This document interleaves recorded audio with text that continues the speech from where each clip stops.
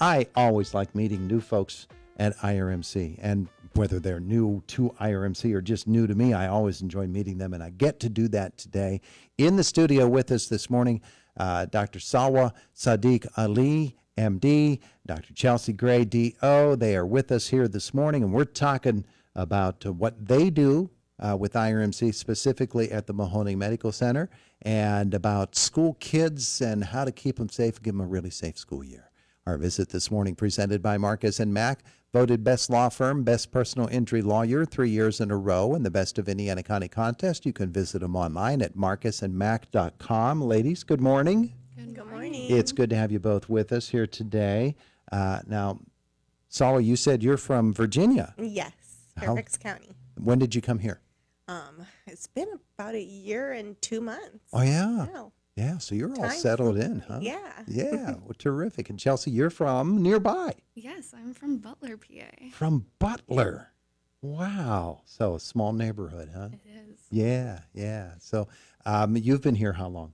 I've been here 2 years and 2 months. Wow. So you're long timers there at the Mahoning Medical Center. Is that the only place out of which you both work? We work throughout the hospital. Throughout the hospital? Okay. All right. Well, it's good to have you both with us here. Let's get into this topic a little bit about safe school year, a healthy school year. It's really, really important because kids are a walking germ factory. One of my football coaches years ago told me that he looks forward to the start of the school year every year, but he knows that a week after school starts, he's going to be sick for the next two. because they just bring it all to him, and all of a sudden he's got 30 young bundles of germs sitting right in front of him. So tell me a little bit about that. Kids they bring the germs with them and they happily pass them along, don't they? Yeah, absolutely. School is a playground for germs, viruses, and the most important thing you can do to protect yourself and those around you is to wash your hands consistently, especially in school when you're touching all these different things, all these doorknobs, and then you're going for lunch, things like that. It's very important to wash your hands. Yeah. And of course, the preventative measures that we like to talk about, like vaccines. Flu season's almost around the corner, so getting that flu shot in is very important. And of course, staying up to date on your COVID shots is also important. Yeah, all of those different things. Vaccinations, we think of them as something, the school takes care of that, Chelsea. It's not always true, is it? No, it's not. So it's important to make sure you're going to your physicians for your annual checkup. And during that flu season time from September to May, they'll make sure that you get your flu shot. All right, so you just said something very important. Annual visit. Your annual visit to the doctor, that checkup, that's a pretty important thing, isn't it? Yeah. And we're not just talking about kids there. Everybody should be having at least an annual checkup, yes? Yes. Okay. Yes, everyone. All right, so what are some of the things that when you take your child for an annual checkup that doctor's going to look for? Well, for school kids, definitely we're looking at how they're doing socially, mentally, physically. Of course, we have our physical exam, but we also want to make sure the kids are doing well in every aspect so that they can thrive and be the best that they can be. And of course, vaccine records is something we look at. And for school kids, it's also important to take a look at their hearing and their vision. That's something we would want to address, especially earlier on, preferably before school starts or in the very early months, so that they are well equipped to take on the day and learn. Yeah, absolutely. And there's a certain technique that you're able to use those questions when you're finding out about them emotionally and mentally. You have. They're not secret techniques, but they certainly are techniques in order to draw out the child and to learn about how they process things. Yeah, I would say so. It takes time, especially with kids, to get them to open up. So the more we see them, the stronger we can create that kind of relationship, and then the more open they're likely to be.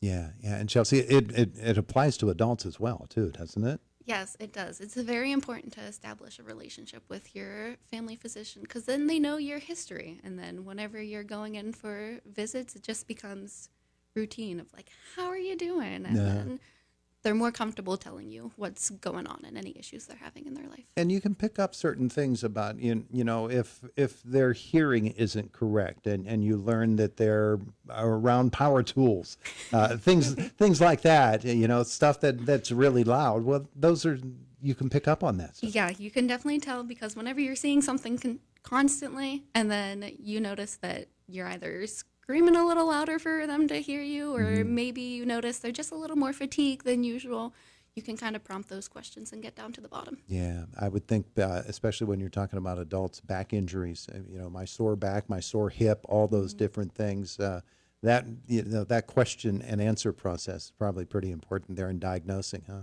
Yep. Yeah. All right. So kids and adults both need to be going in and getting those checkups.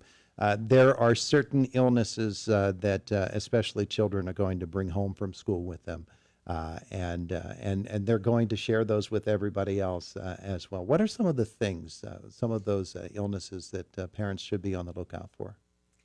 So I feel like common viruses that kids bring home are flu, and there's all different varieties of flu, which is why the flu shot is important. Younger kids will most likely bring home RSV, so that's the respiratory virus. And then there's some bacteria as well. Some kids can get pneumonia. They can get a GI bug, whether that's bacterial or viral. But usually, if it's a virus, we don't really have any medication that can help with that, which is why we prompt on vaccines so hard.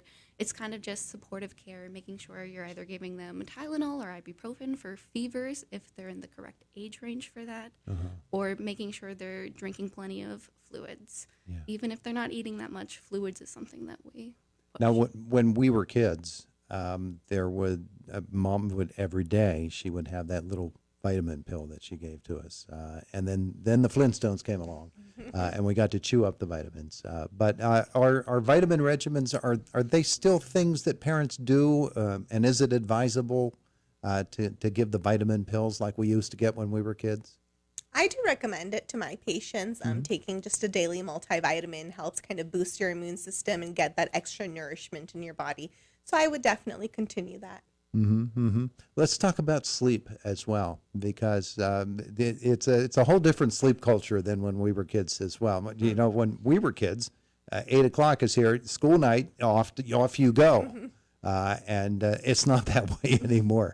But sleep is really important. It is definitely among school kids, but not even the school kids, even the parents. Making sure you have that routine down, you have a specific bedtime, and that your parents are also doing that same routine or something similar kind of as a role model, so that the kids are seeing that this is what we should be doing to ensure that we're healthy, and so that they can also stay focused during the day.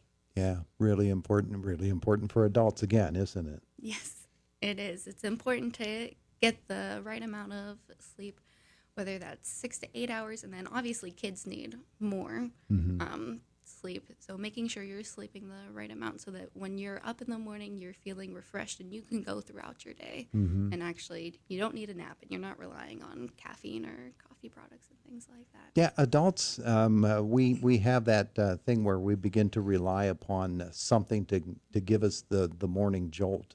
Kids generally don't need those sorts of things because they're bundles of energy. But as we age, sometimes, especially if we're not getting the sleep that we need, we're doing that. We're got to have a couple of cups of coffee.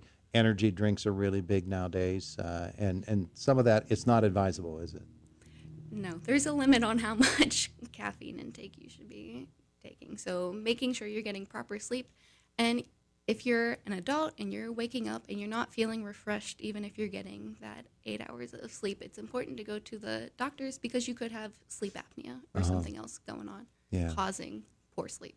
Yeah. As we age, and you see folks of every age range. We're talking about school kids generally here this morning, but you see people of every age range. And as we age, the body undergoes changes, and you reach certain ages where maybe you notice you're slowing down a little bit, and you don't have the endurance that you once had, the stamina that you once had. Can you pick that thing up if you are generally active, but you're noticing that your energy level is down. Are there ways to, dietary or some other way to sort of pick yourself back up, get yourself back on track?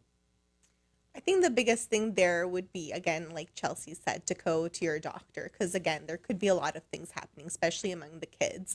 There may be a component of some kind of depression or anxiety that's playing into whatever's happening, or it could be some kind of vitamin deficiency. So it's really important to make sure to go to the doctor. Yeah, yeah. There are problems, of course, in today's society with childhood diabetes is really picking up, isn't it? Yeah, and obviously that's something that the sooner you get to that and you get working upon that, the better the result is going to be. Yes. Yes. Yeah, absolutely. All right, so all of those things, and Dr. Salwa Sadiq-Ali and Dr. Chelsea Gray can help you with that. So you're primarily located where? Marion Center. In Marion Center at the Mahoning Medical Center. Yes. And for folks who want to make that appointment, get that annual checkup or whatever it is that they have medically that they're concerned about, they should just give a call, make an appointment? Yep, they can call 724-397-5571. There you go. There you go. Well, great to meet you both, and continued success at the Mahoning Medical Center or wherever you happen to be within the IRMC system. It's good to have you in the community with us. We appreciate it. Thank Thank you. you. It is the voice of Indiana County. It's WCCS 101.1 FM, AM 1160, and WCCSradio.com. So the school buses are rolling. All of our Indiana County school districts are now in class, as Indiana was the last of those to start today.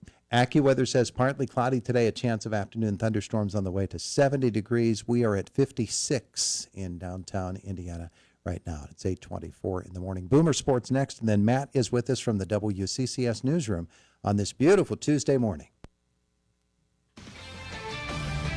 This is JR from the JR Sport Brief Show with a Sports Minute. Congrats to Trey Hendrickson on getting a raise. The Bengals have agreed to pay him $30 million this upcoming season, but in true Bengals fashion, the deal is only for 1 year. I get it. Hendrickson is on the wrong side of 30, but the Bengals are always on record as being one of the cheapest NFL teams, period. Joe Burrow must be shaking his head at this team. I'm JR.